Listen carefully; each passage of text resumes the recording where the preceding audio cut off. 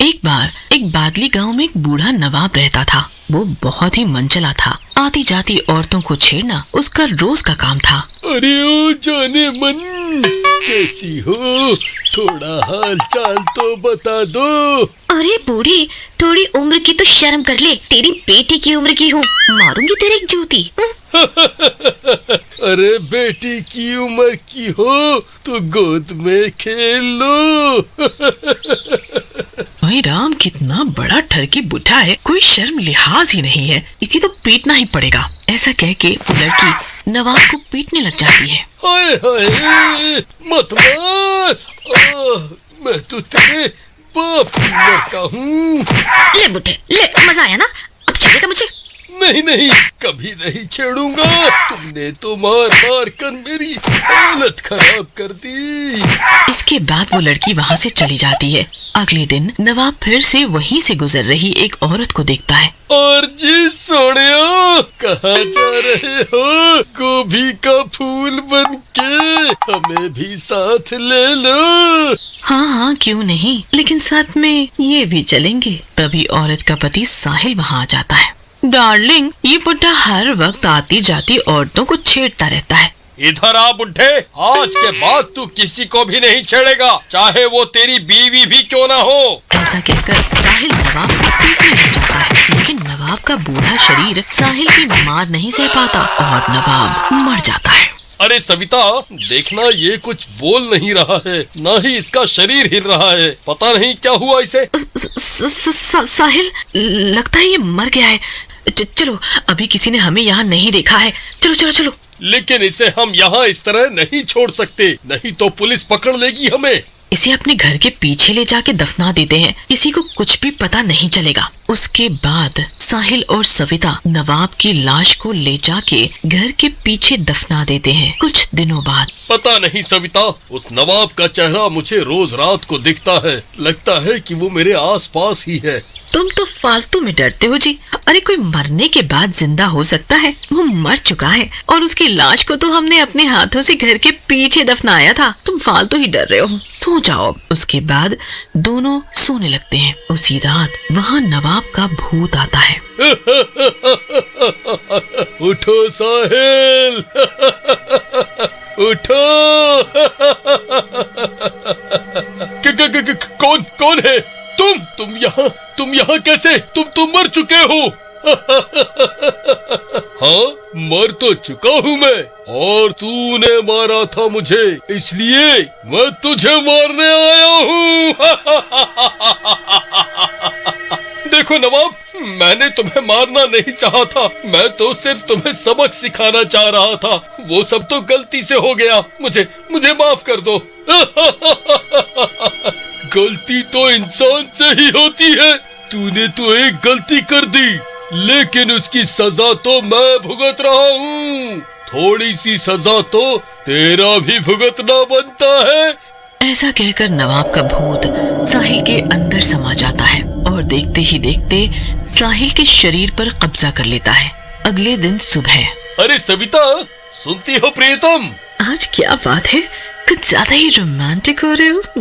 क्या हुआ? अरे डार्लिंग, जिसके पास तुम्हारे जैसा माल हो वो क्यों ना रोमांटिक हो। जी, ये कैसी बातें कर रहे हो जी? चलो भागो यहाँ से और काम पर जाओ, और आंखें अच्छे से धो लेना, बिल्कुल लाल हो गई हैं। इसके बाद सविता वहाँ से चली जाती है। साहिल तैयार हो ही रहा होता है कि तभी सविता की सहेली रमा वहाँ आ जाती है। उसे देखते ही, अरे साहिल, सविता नहीं है क्या घर पर?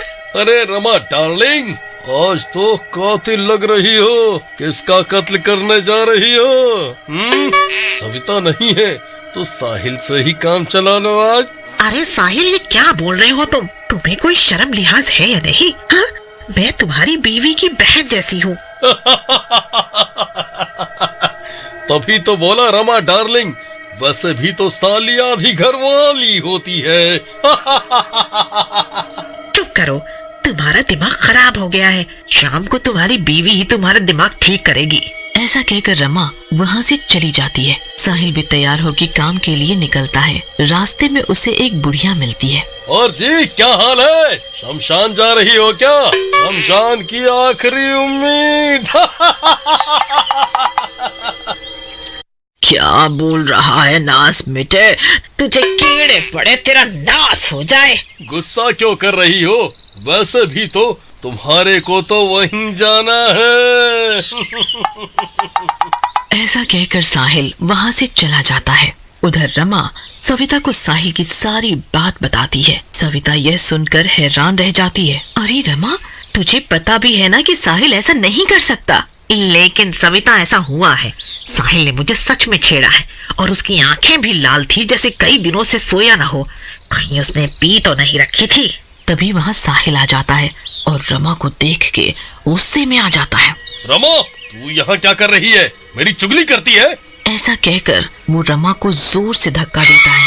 रमा गिर जाती है। अरे रे रे रे, मर गई रे, मेरी तो कमर ही टूट गई। मार डाला कमबख्त ने। बचाओ बचाओ बचाओ बचाओ मुझे। रमा की चीखें सुनकर वहां गांव के बाकी लोग भी जमा हो जाते हैं और साहिल को पीटने लगते हैं। साहिल पिटते पिटते बेहोश हो जाता है।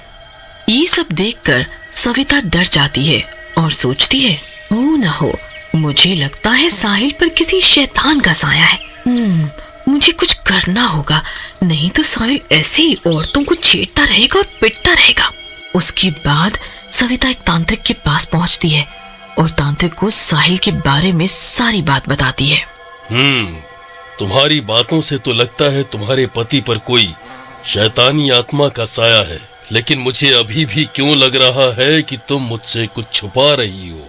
अब हाँ बाबा, मैंने एक बात तुमसे छुपाई है कि मेरे पति के हाथों एक छिछोरे बुढ़े की मौत हो गई थी और उसकी लाश को हमने घर के पीछे दफनाया हुआ है। पुत्री, वही तो तुमने गलती कर दी। तुम्हें उस लाश को अपने घर नहीं दफनाना चाहिए था और उसका अंतिम संस्कार कर देना चाहिए था। हो न हो ये उसी बुढ़े की आत्मा है जो तुम्हारे पति को परेशान कर रही है और बदला ले रही है। तो क्या बाबा, कुछ नहीं हो सकता?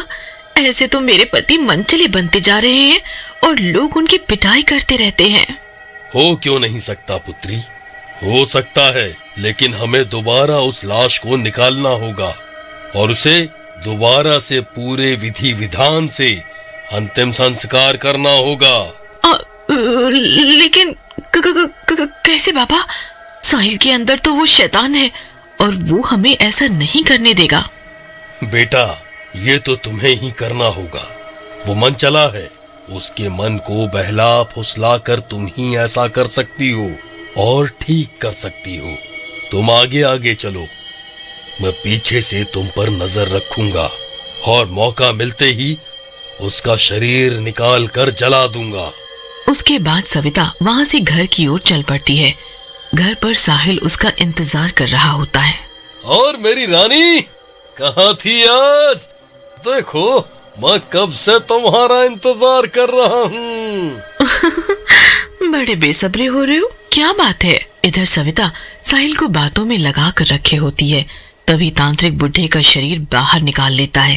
तभी साहिल का ध्यान घर के बाहर की आवाजों पर जाता है। लगता है कुछ आवाजें आ रही हैं। बाहर जाके देखता हूँ। रुक जा तांत्रिक, रुक जा।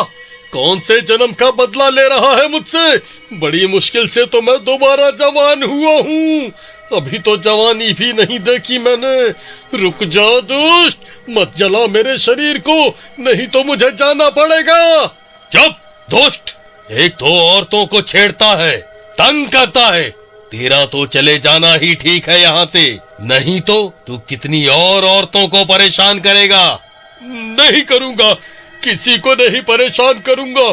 सबको अपनी माँ और बहन समझूंगा। बस एक बार छोड़ दे, एक बार छोड़ दे। लेकिन तांत्रिक उसकी एक नहीं सुनता और उसके शरीर में आग लगा देता है। आग लगते ही बूढ़े की आत्मा तड़पने लगती है और साहिल भी ठीक होने लगता है। हाय, मर गया रे। अरे तांत्रिक, तुझसे मेरी खुशी देखी नहीं गई, मेरी जवानी के झटके। हाय, तुझे कीड़े पड़े रे, लेकिन मैं मरूंगा नहीं, फिर आऊंगा ज्यादा ताकतवर होके। थोड़ी ही देर में बूढ़े की आत्मा गायब हो जाती है और साहिल भी ठीक हो जाता है।